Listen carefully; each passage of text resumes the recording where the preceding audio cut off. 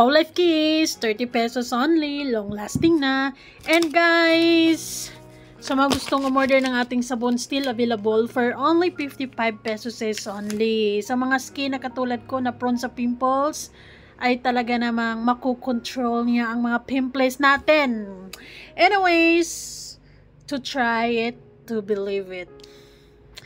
Hi Wow Life, another video, another share guys, another POV. So ngayon guys, magbibigay tayo ng point of view dito sa pangmalakasang plano ni Kalinga Prab para kay Baby Carla and syempre sa Jomcar.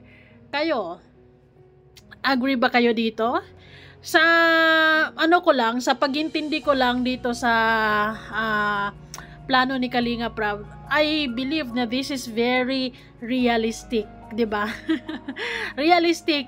Ang isa sa mga nagugustuhan ko kay Kalinga Prab, kahit na yung mga Kalingap Angels niya ay sikat na, may mga sponsors na, pero she encouraged them or he encouraged them para talagang makatapos sa pag-aaral, 'di ba? Hindi lang basta pagba-vlog dahil sa pagba-vlog is kikita din naman 'di ba? So you don't have to exert more effort sa school. Pwede ka nang mag-vlog since babad ka na sa Kalingap, alam mo na ang mga pasikot-sikot dito. Pero para kay Kalinga Prab, importante pa rin ang makapagtapos ng pag-aaral at yun ang mission at vision ng Kalingap para sa mga Kalingap Angels na gustong makatapos sa pag-aaral. At yun ang gustong mangyari ni Kalinga Prab para kay Carla. So, sabi nga niya, anyways, bago ang lahat, don't forget to support and subscribe Kuya Val Santos Matubang at Iid na Vlog, Kalinga Prab, at sa lahat ng Team Kalingap. Salamat kayo sa support at pagmamahal nyo sa aming mga Kalingap reactors. Comment down below kung agree ka ba sa mga plano ni Kalinga Prab para kay Carla or sa Jomcar. So, ngayon guys, ang plan ni Kalinga Prab natupad na daw. Well, totoo naman, natupad naman na. Kasi ganap naman na talagang vlogger si Carla at magaling siya sa field na yon. Napatunayan na niya yon dahil nagkasweldo na nga siya, di ba? At super swerte or swerte lang talaga siya dahil ang solid ng mga viewers niya, di ba? Pinanood, sinuportahan si Carla. Kaya naman ay ganap na siyang vlogger at sa part na yon, success ang plan A ni Kalinga Prab. 'Di ba? Noong mga panahon na nagdesisyon siya na si Carla ay pwede nang humawak ng kanyang sariling channel, it's the best decision ever. Actually, isa din 'yun sa mga way para mag-gain pa ng confidence si Carla since starting sa Kalingap ng mga bago, yung mga panahong bago pa si Carla sa Kalingap, talagang mahiyain siya. And we can all relate it, 'di ba? Pag bago talaga, medyo na-awkward ka pa, medyo not feeling ka pa talaga confident enough sa harap ng camera, lalo na nakaka-challenge lalo yung pagbablog ni Kalinga Prab dahil hindi lang sila lang, may mga kasama, 'di ba? Pero nalagpasan ni Carla 'yon. Pero naging maganda ang takbo ng channel ni Carla ngayon. And yes, meron na siyang 100k mahigit na subscribers. Congratulations. Ngayon guys, ang plan B ni Kalinga Prab. Pakinggan nyo. Kay Carla is yun naman nagawa. Kay Carla is yun naman nagawa na natin yung plano natin, yung plan A, yung maging ganap na vlogger din siya, kagaya na.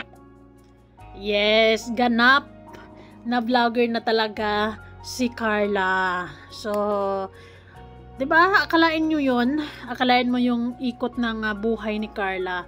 Hindi niya ina-expect 'yon. Pero God is making ways para mas magiging maganda ang buhay ni Carla sa pamamagitan o sa tulong ng Kalingap at sa suporta ng mga libo-libong supporters ng Jomcar, 'di ba?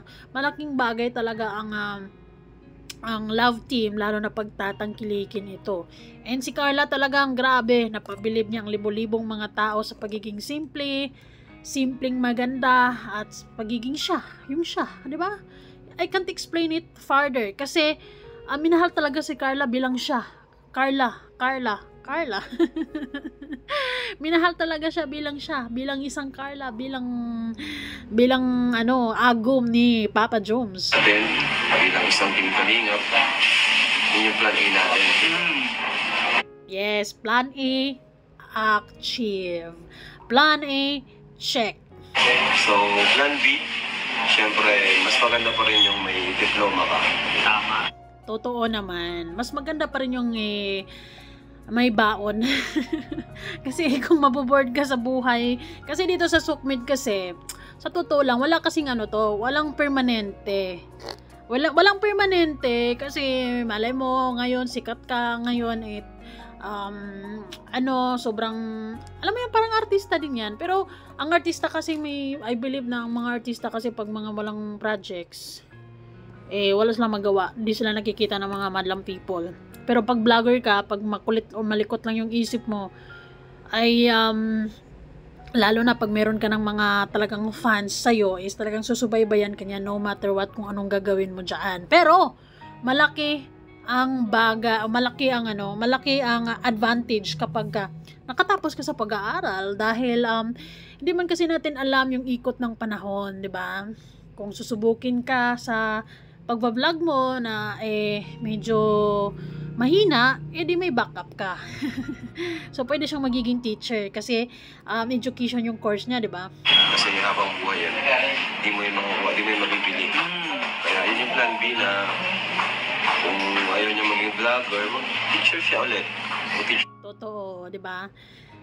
Parang may example ko dyan, parang si Hana. Yung si Hana and Marky.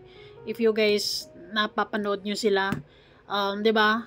Teacher siya at the same time, vlogger, and then parang mga nakaraang buwan if I'm not mistaken, parang nagpapahinga ata siya sa pagtuturo, and then bumalik na din pala. So parang nag-live ata siya ng for how many months.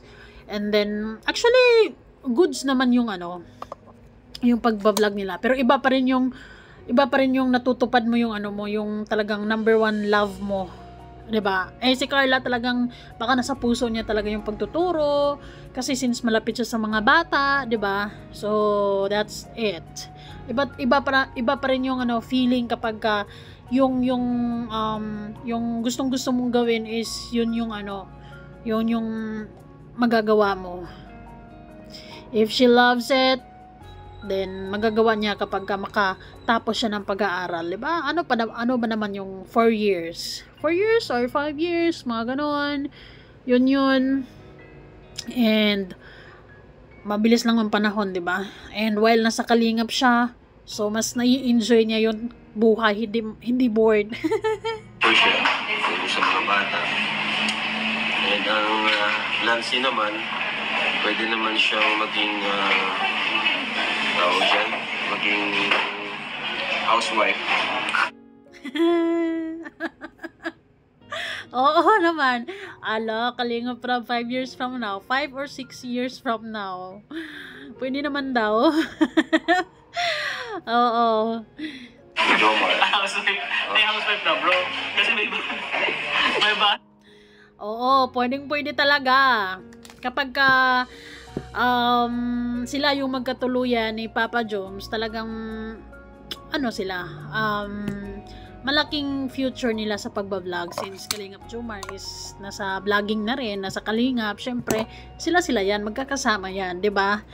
So actually kahit naman na kung anong ipupurso ni Carla, vlogging or pagiging teacher, sa dalawang yan is kumikita siya parehas, 'di ba? Or she can do both, lalo na kung wala pa silang babies. Pero kung may babies na, ay mahirap na niyang gawin ang dalawa na yan, 'di ba? Meron talaga siyang i-give up. Of course, yung pagtuturo kasi yung pagba-vlog naman mas na-excite yung mga fans kapag together forever na talaga ang dalawa. Di syempre meron tayong aabangan everyday, mga updates, so on and so forth. Nako, mas nakaka-excite pala lalo kapag 5 to 6 years from now magiging iba na ang ng Kalingap. 'Di ba? Kasi yung mga Kalingap Angels kapag tuloy-tuloy yung pag-aaral nila, magiging professionals lahat 'yan. Imagine niyo 'yan. 'Diba? So, nakapalibot ng mga professionals dyan sa Kalinga 5 years from now. Oh. Naging sila na, maiwan na lang si Carla sa bahay. Housewife. Yes, parang si Kalingap Jack. Grabe. Tapos si Jomar yung nagtatrabaho. Totoo naman. Totoo naman. Anong trabaho ni Papa Joms, Kalinga Prab? Well, sa lahat naman ng plano ni Kalinga Prab, wala akong push ako dyan. Support ako dyan kasi lahat naman ng plano A, B, C, plan A, plan B, plan C is lahat naman okay. Diba? Lahat pinag-iisipan yan eh. Ano trabaho naman ni Jomar? Vlogger. Yung vlogger. Totoo. Lalayo ka pa ba? Kapag ka masipag ka namang magbablog, ganun pa din naman ang resulta. Makakasweldo ka pa din naman na, no? And, basta manatili lang sila sa Kalingap kasi nai-imagine ko actually, 5 or 6 years from now sa Kalingap, talagang ang laking pamilya ng Kalingap, guys. Vlogger. Continue na ni Jomar yung Pwede pag-channel. naman pala sabay sila mag-vlog. Couple vlogger na sila. Ay, kilig-kilig naman. Oo, couple vlogger na sila niyan. Si Kalinga parang kinikilig sa mga plano niya, oh. Na-imagine ko sa totoo lang, habang siguro 5 years from now, tinitingnan niya yung mga love teams niya, tapos nagkatuluyan, siguro, tapos maganda yung buhay, swabe lang, 'di ba? Si Kalinga Prab siguro mapapasmile na lang, 'di ba? Siguro may isip niya, sinong magkakala? Grabe na yung natin. Grabe na yung naiisip ko, guys. Ang tindi na lang naiisip ko. Pero sa totoo lang, plan A, plan B, plan C, go ako dyan. Walang problema. Nakikita at nararamdaman ko naman kay Papa Joms kung gaano siya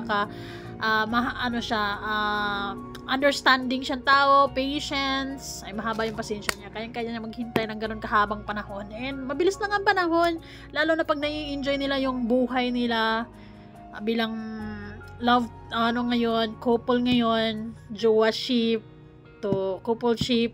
I mean, mag-asawa-ship. Pero actually, na-imagine ko talaga, nakikita ko na ang saya-saya, ang laking pamilya ng Kalingap 5 or 6 years from now. Syempre, di ba? Magkakaroon ng mga love teams, kung magkatuluyan, magkakaroon ng sariling pamilya, magkakaanak, di ba? Tapos manatili pa rin sila sa Kalingap. So, sa tingin mo, pero sa totoo lang, masaya kapag manatili lang sila sa Kalingap. And, di ba? Tuloy ang magandang nasimulan. So, ayun lamang guys. Salamat sa suporta at panonood. Kayo comment down below kung alin sa plan ni Kalinga Prab ang favorite mo. Alam ko yung favorite mo eh. Sige.